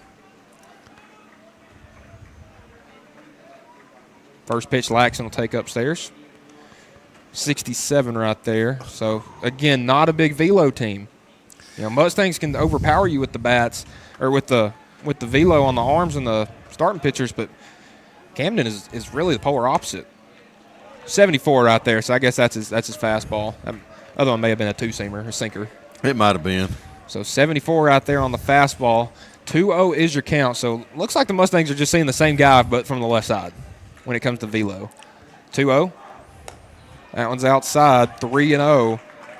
And, Dusty, I was telling you during the break about that Camden County Forest game and what killed Camden County. They ended up winning the game. They took their starter out that had pitched 6 innings beautifully, and they put in a guy, and he could not find the strike zone. Now, I'm not saying it's true so far, but this deep in the game, even with a new pitcher, you got to throw strikes. Yeah. I mean, we can't walk you first batter. Ingram does not really have much of room to get used to it as he's kind of get into the flow of the game as he steps off right there. 3-0 is your count to Laxon. 0 for 2 on the night with a fly out and a line out. And he's going to take first base on 4 pitches right there. And he's maybe go, I guess you could say a little underrated, but he's got good speed there. Yeah. That's a dangerous guy to put on base, and that's going to bring up Grant Fisher, 0 for 2 with a strikeout and a ground out, as we're going to get a courtesy runner for Laxon. That is Dylan Thompson. So it looks like they may be putting Laxon out in the bullpen or starting to warm him up. Yeah, Coach Weathers just pointed and. So it looks like they're doing a switch that they have put Laxon into, or Thompson in. I don't know who they put into pitch, but they pitched run. They're sending Laxon down. Somebody's coming out of the game. Yes. Somebody's coming out of the game. Laxon's going down the throw right now in the bullpen. Thompson's at first. We've seen him warming up throughout the game. So we'll see what they cook up in that Loretto dugout as Grant Fisher's coming up to bat with a runner on first and nobody out. Thompson's got pretty good speed. Decent lead by Thompson. He's a big guy, about 6'3", 6'4". As Fisher takes strike one. Thompson, one of those 3-sport athlete guys, is a receiver on the football team, post player for the Mustangs basketball team, and also plays a little outfield and pitches on the baseball team. So he's got a decent arm. He's got a really good arm. Yeah, his fastball's in the 80s. Get another big lead. And they played right field last game, so they're comfortable with his speed. 0-1. Oh, they're going to play a little small ball.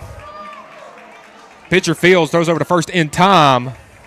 But a good job executing the sacrifice right there as Thompson takes second. And that may have been why his lead was so big. They knew a bunt was coming, so he just wanted to make sure he got there. So a sack bunt for Fisher, and Quint Seymour is coming back up to try to extend this lead, and the fans are into it as well.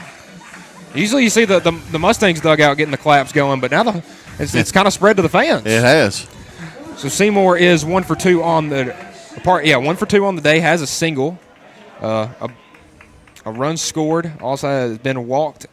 And last time it flew out to the center fielder on a deep ball that Gage Johnson out there in center made a beautiful play on.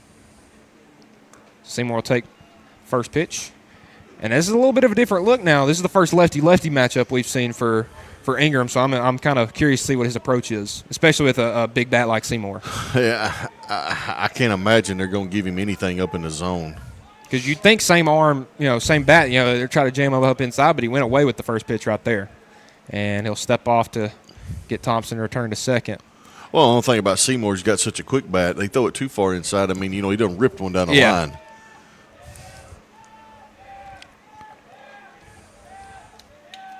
Yeah, how about that? When you try to jam him up, his bat's so fast that he'll take a first pitch strike or the 1-0 pitch in there for strike one. But Seymour's one of those guys, you try to jam him up, he can get that bat around so fast that jamming him up is actually giving him a barrel. Yes.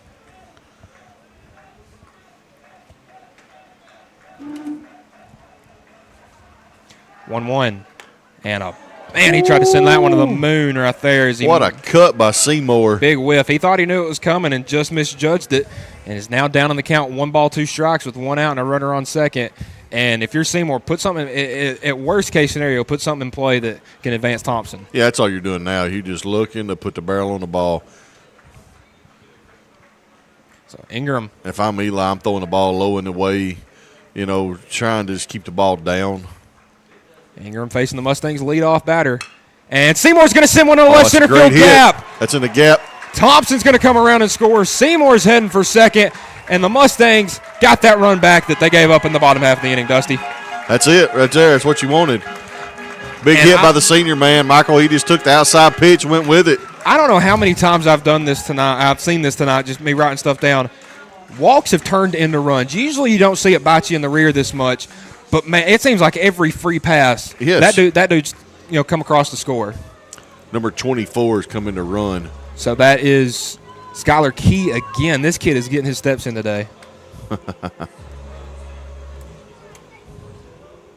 And I get it. I guess Loretto's fixing to do some defensive changing, though. Yeah. With all these swaps. I'm assuming that's what we're fixing to see. And did you say 24 came in to run for Loretto? Yes. So they may be putting – because that's 24 is Caden Rogerson. So they may be putting Seymour into pitch. Well, they've got – because Seymour's that short.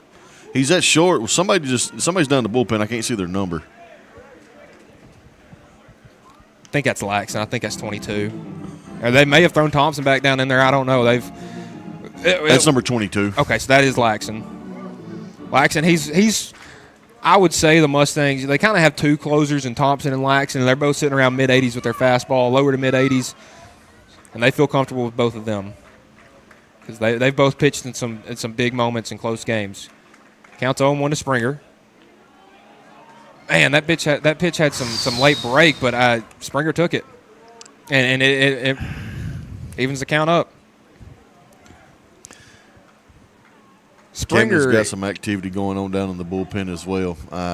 It's a righty. I think that might have been that's 12. That's Maines that threw. That was the DH. The end of the first game, and that ball. That's the first time I've really seen Camusi back there really body one up. Yeah, that one skipped away from him. He really did a good job blocking that one. But again, Springer 1 for 2 on the day, hit a double his last time up, walked the time before, and flew out as the second batter of the game. So seems like he's gotten better each at bat, and we'll see what we got coming here. 2-1 is your count.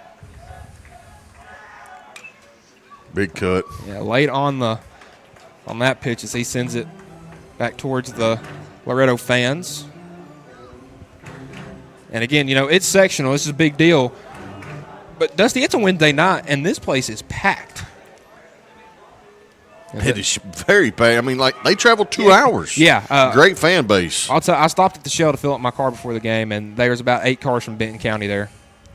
2-2. Big swing and a miss right there. First strikeout for Ingram.